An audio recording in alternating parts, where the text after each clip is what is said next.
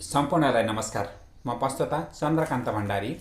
आज म श्रीमद् भागवत गीताको अध्याय 6 मा बताइएको छ ध्यान योग।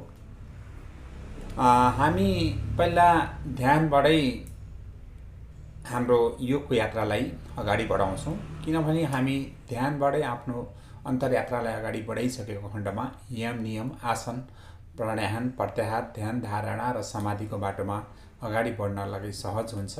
त्यसै कारणले हामी ध्यानबाट आफ्नो अन्तर्मनलाई, आफ्नो अन्तर्चेतनालाई, आफ्नो अस्तित्वलाई बुझ्नको लागि सर्वप्रथम ध्यानबाटै अगाडि सुरु गरिएको छ।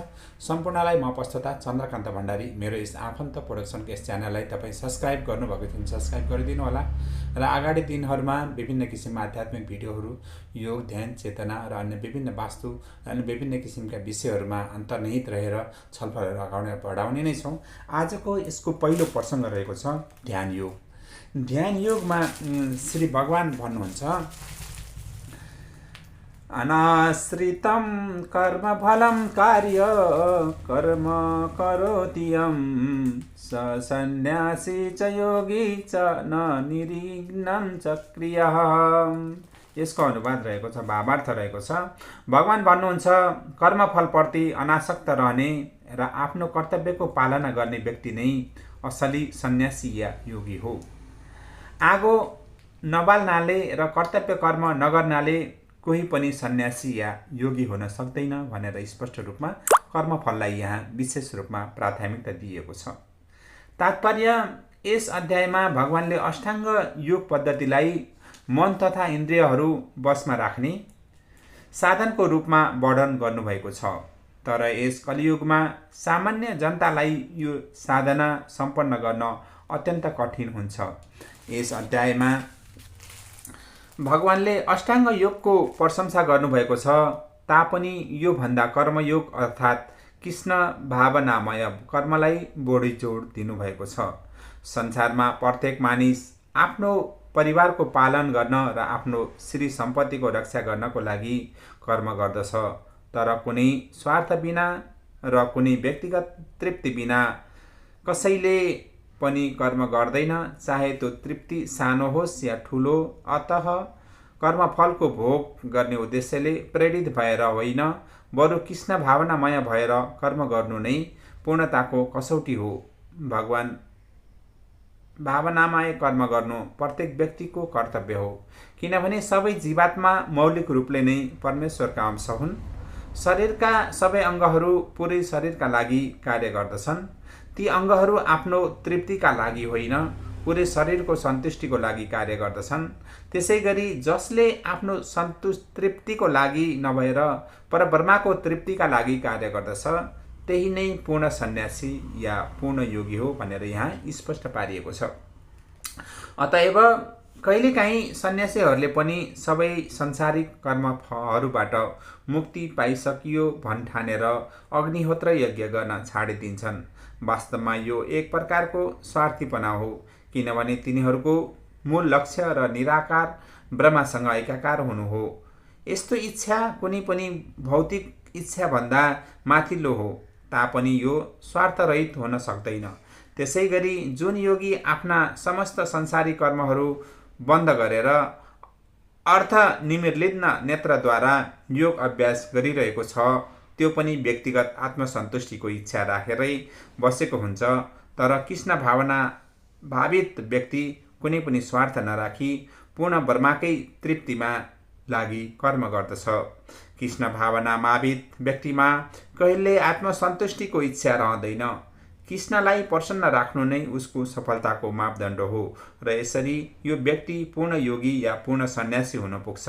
त्यसका सर्वश्रेष्ठ प्रतीत भगवान चैतन्य महाप्रभु यसरी प्रार्थना गर्नुहुन्छ, न धन न जन न सुन्दरी कविता वा जगदीश कामये मम जनान्मि जन्मनेश्वरे भवताव भक्ति रही तुल्य की तबे। हे भगवान सर्वशक्तिमान प्रभु, मलाई न धन संग्रह गर्ने इच्छा छ, न त सुन्दरीसँग रमण गर्ने अभिलाषा छ। आफ्ना अनुयायीहरू बढाउने काममा पनि मेरो छैन। म त जन्म जन्मान्तरसम्म हजुरकै प्रेमा भक्तिको आहुतिकै कृपाको मात्र अभिलाषी छु। यसमा भनिएको छ, य सन्न्यासीमिति पहुयुगम च वृद्धि पाण्डव न साह्यं संयस्त्र सङ्कल्पो योगी भवति कस्य नहम् भनेर दोस्रो सूत्रमा भनिएको छ। अनुवाद, हे पाण्डुपुत्र, जसलाई सन्यास भनिन्छ त्यसैलाई तिमी योग हो भन्ने जान। योग भनेकै परब्रह्मसँग संयुक्त हुन पुग्नु हो, अनि इन्द्रिय संयम नगरी कोही पनि योगी हुन सक्दैन। तसर्थ तात्पर्य यसको अर्थ रहेको छ, वास्तविक सन्यास योग र वा या भक्ति योगको अर्थ जीवात्माले आफ्नो स्वाभाविक स्थिति चिनोस्, यसकारण काम गरोस् भन्नु नै हो। जीवात्माको आफ्नो स्वतन्त्र अस्तित्व हुँदैन। ऊ त परमेश्वरको तटमा शक्ति हो।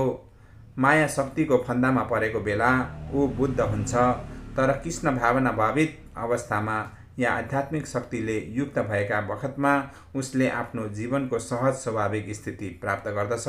पूर्ण ज्ञानमा रहेको बेला मानिसले भौतिक इन्द्रिय तृप्तिका कार्यहरू बन्द गर्दछ, अर्थात् उसले इन्द्रिय तृप्तिका समस्त कार्यकलापहरूको परित्याग गर्दछ। यसरी योगीहरूले इन्द्रियहरूलाई भौतिक आसक्तिबाट टाढा राख्ने अभ्यास गर्दछन्, तर कृष्ण भावना भावित व्यक्तिले कृष्ण बाहेक अरू वस्तुमा आफ्ना इन्द्रियहरू लगाउने अवसर नै पाउँदैनन्। त्यसैले कृष्ण भावना भावित व्यक्ति एकैसाथ योगी पनि र सन्यासी पनि हुन्छ। ज्ञान तथा योगी विधिमा चाहिने ज्ञान र इन्द्रिय निग्रह जस्ता कुरा कृष्ण भावना मृतमा स्वतः पूरा हुन जान्छन्। यदि मानिसले स्वार्थपूर्ण क्रियाकलापको परित्याग गर्न सक्दैन भने उक्त ज्ञान तथा योग दुवै व्यर्थ हुन्छन्। जीवात्माको मुख्य ध्येय भन्नु नै सबै प्रकारका निहित स्वार्थहरू परित्याग गरेर परमेश्वरकै तृप्तिका निम्ति तयार रहनु हो। कृष्ण भावना भावित व्यक्तिमा कुनै प्रकारको स्वार्थ पूरा गर्ने इच्छा हुँदैन। ऊ सधैँ परमेश्वरलाई प्रसन्न पार्ने कार्यमा लागिरहेको हुन्छ। अत जसलाई परमेश्वरका विषयमा कुनै जानकारी छैन त्यही व्यक्ति मात्र आफ्नो स्वार्थ पूर्तिमा लागिरहेको हुन्छ, किनभने मानिस निष्क्रिय अवस्थामा कहिल्यै रहन सक्दैन। कृष्ण भावना मृतको अभ्यास गर्नाले नै सबै उद्देश्यहरू सुचारू ढङ्गले सम्पन्न हुन थाल्दछन्। अथ यसरी भनिएको छ, आरूढोक्षोर्मेन्योन योग कर्म कारणा मुक्ष्यते योगारूढस्य तैथवम समम कारण मुक्ष्यते। तेस्रो सूत्रमा भनिएको छ, अष्टाङ्ग योगका नयाँ साधकहरूका लागि कर्म नै आत्मोन्नतिको साधन हो भने योग सिद्ध पुरुषका लागि चाहिँ समस्त भौतिक कार्यकलापहरूको परित्याग नै त्यो साधन हो भनेर भनिएको छ। यसलाई स्पष्ट पार्न भनिएको छ, आफूलाई परमेश्वरसँग संयुक्त गराउने विधिलाई योग भनिन्छ। सर्वोच्च आध्यात्मिक सिद्धि प्राप्त गर्ने सिँढीसँग यसको तुलना गर्न सकिन्छ। यो सिँढी जीवको निम्नतम अवस्थाबाट सुरु भएर शुद्ध आध्यात्मिक जीवनको पूर्ण साक्षात्कारको माथिल्लो अवस्थामासम्म पुगेको छ र विभिन्न चढाइ अनुसार यस सिँढीका विभिन्न भागहरूलाई विभिन्न नामले चिनिन्छ। सबै मिलाएर पुरै सिँढीलाई योग भनिन्छ। यसलाई फेरि 3 भागमा विभाजन गरिएको छ, ज्ञान योग, ध्यान योग र भक्ति योग। सिँढीको प्रारम्भिक अवस्थालाई योगारूढोक्षु अवस्था तथा अन्तिम अवस्था सर्वोच्च अवस्थालाई योगारूढ अवस्था भनिन्छ। अष्टाङ्ग योगमा खास गरी यम, नियम तथा आसन, शारीरिक मुद्राहरूद्वारा ध्यानमा प्रविष्ट हुनका लागि आरम्भिक अभ्यास गरिन्छ। यसलाई सकाम कर्म पनि भनिन्छ। यी सबै क्रियाकलापहरूबाट मानिस सन्तुलन कायम हुन्छ र इन्द्रियहरू वशमा रहन्छन्। जब मानिस ध्यानको अभ्यासमा सिद्धहस्त हुन्छ अनि उसलाई विचलित पार्ने समस्त मानसिक क्रियाकलापहरू स्वतः बन्द हुन पुग्छन्, तत कृष्ण भावना भावित व्यक्ति प्रारम्भदेखि नै ध्यानका स्तरमा अव्यवस्थित रहन्छन्, किनभने उसले निरन्तर कृष्णको चिन्तन गरिरहेको हुन्छ। कृष्णकै सेवामा यसरी सतत व्यस्त रहने हुँदा उसका सबै भौतिक कार्यकलापहरू नियन्त्रित हुन्छन्। यदा हि नदिन्द्रियेषु न कर्मस्युनुसजते सर्वसङ्कल्प सन्यासी योगा रूढस्थ दोच्यते भनेर सूत्र 4मा व्याख्या गरिएको छ, अनुवाद गरिएको छ। जसले समस्त भौतिक इच्छाहरू परित्याग गरेको छ, जो इन्द्रिय तृप्तिका लागि कर्म गर्दैन र जो सकाम कर्ममा फँसेको छैन, यस्तो व्यक्तिलाई योगारूढ भनिन्छ। त्यसको तात्पर्य रहेको छ, पूर्ण रूपले भगवानको दिव्य प्रेमा भक्तिमा लागिरहेको मानिस आफैमा प्रसन्न रहने गर्दछ। त्यस्तो हुँदा ऊ इन्द्रिय तृप्ति वा सकाम कर्ममा लागिरहन अन्यथा काम नगरी बस्न नसक्ने हुनाले इन्द्रिय तृप्तिका कार्यमा पनि लाग्नुपर्ने हुन्छ। कृष्ण चेतनाले युक्त नभएको मानिस सधैँ स्वार्थ केन्द्रित वा स्वार्थपूर्ण कार्यको विस्तारमा तत्पर हुन्छ। तर कृष्ण भावना भवित व्यक्ति भने कृष्णकै प्रसन्नताका निम्ति कर्म गर्ने हुँदा इन्द्रिय तृप्तिप्रति पुरै विरक्त हुन्छ। जसलाई यस्तो अनुभव प्राप्त भएको छैन, उसले यन्त्र जस्तो बनेर भौतिक इच्छाहरूबाट टाढा रहने प्रयास गरोस्, अनि मात्र ऊ योगरूपी सिँढीको माथिल्लो खुड्किलोसम्म पुग्न समर्थ हुन्छ। तसर्थ यसमा अर्को श्लोकमा भनेको छ, उदरेणात्मनात्मनं ननात्मनं व सदा यतते आत्मैवं हृदयाय मनो वधुरात्मेनं रिपुरात्मनहम्। 5 नम्बर सूत्रमा भनेको छ, मानिसले आफ्नो मनको सहायताद्वारा सबै आफ्नै उद्धार गरोस्, आफूलाई तल खस्न नदियोस्। यो मन बुद्ध जीवनको मित्र पनि हो र शत्रु पनि हो। यसको तात्पर्य भनेको छ, विभिन्न प्रसङ्ग अनुसार आत्म शब्दले शरीर, मन तथा आत्मालाई बुझाउँदछ।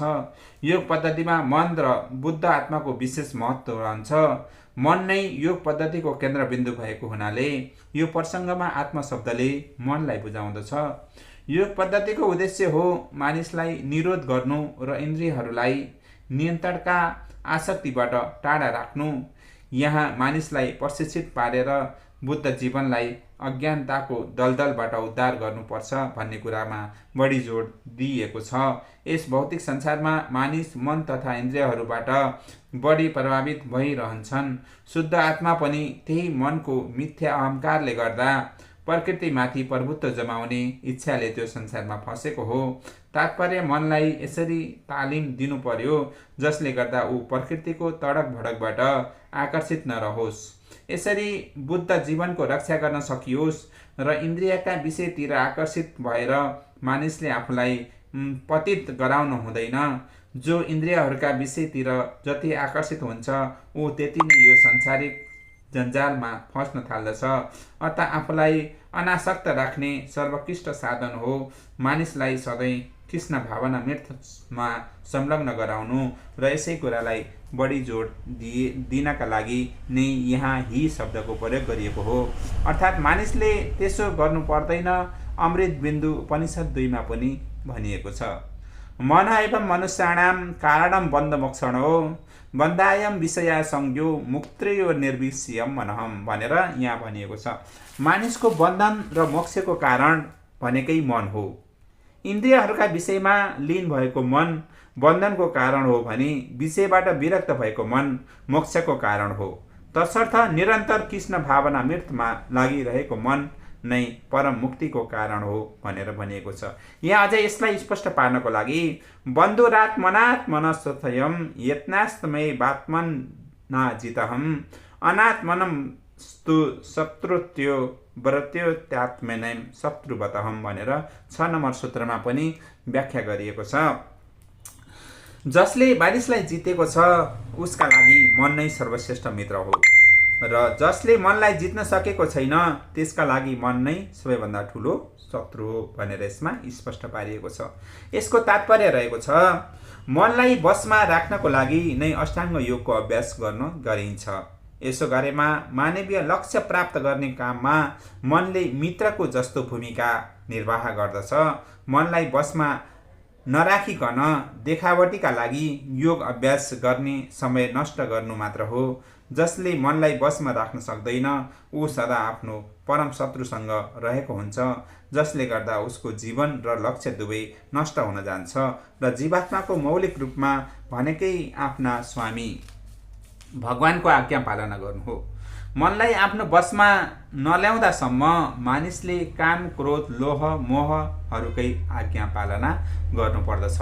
तर मनमाथि विजय प्राप्त हुने बित्तिकै मानिस आफ्नै इच्छा अनुसार सबैका हृदयमा रहने उनी परमात्मा स्वरूप भगवानको आज्ञा पालना गर्न थाल्छ र योगको अभ्यास गर्नुको वास्तविक उद्देश्य नै आफ्ना हृदयभित्र रहेका परमात्मासँग भेट हुनु र उहाँकै आज्ञाको पालना गर्नु हो। जसले सिधै कृष्ण भावनालाई अँगालेको छ, यस्तो व्यक्ति स्वतः भगवानको आज्ञा पालना गर्ने कार्यमा पूर्ण समर्पित हुन थाल्दछ भनेर यहाँ आफूभित्र रहेको अन्तर्निहित अन्तर्ज्योतिलाई, अन्तर आत्मतत्त्वलाई प्रकाश पारिएको छ, व्याख्या गरिएको छ। यसरी अर्को सूत्रमा भनिएको छ, जितात्मनं प्रसान्नस्यं परमात्मानं समाहितं शीतोष्ण सुखदं सेतु तथां मानपनात्मनो यतहं भनेर मानापमानयोहम भनेर 7औं सूत्रमा यसरी भनिएको छ। जसले मानिसलाई जितेको छ त्यसले पहिले नै परमात्मालाई पाइसकेको हुन्छ र शान्ति पनि प्राप्त गरिसकेको हुन्छ। यस्ता पुरुषका लागि सुख दुःख, जाडो गर्मी तथा मन अपमान सबै एकनाश हुन्छन् भनेर यसमा भनिएको छ। यसको अर्थ तात्पर्य गरिएको छ। वास्तवमा भन्यो भने प्रत्येक जीव, प्रत्येक प्राणीका हृदयमा निवास गर्ने परमात्मा स्वरूप भगवानकै आज्ञा पालना गर्नका निम्ति आएको हो। बहुमुखी मायाले मनलाई चञ्चल बनाइदिएपछि मानिस भौतिक कार्यकलापमा अल्झन थाल्दछ। तसर्थ जसले कुनै एउटा योग पद्धति अनुसार मनलाई बसमा राख्न सकेको छ त्यसैलाई मात्र आफ्नो लक्ष्यमा पुग्न सकेको मान्नु पर्दछ। भगवान आज्ञाको पालना गर्नु नै मानिसको परम कर्तव्य हो। जब मानिसको मन परा प्रकृतिमा स्थित हुन पुग्दछ त्यस बेला उसका लागि भगवत आज्ञा पालना गर्नु बाहेक अरू कुनै विकल्प रहँदैन। त्यस मनले पनि कुनै न कुनै उच्च आदेशलाई स्वीकार गरी त्यसको अनुसरण गर्नुपर्दछ। यसरी नियन्त्रित मनको प्रभावले गर्दा मानिस स्वतः परमात्माको आज्ञा पालना हुन पुग्दछ। किनभने कृष्ण भावना भावित हुने बित्तिकै मानिसलाई यो दिव्य स्थिति प्राप्त हुन्छ। तसर्थ भगवान भक्त सुख दुःख, जाडो गर्मी आदि संसारिक द्वन्द्वबाट अप्रभावित रहन्छ।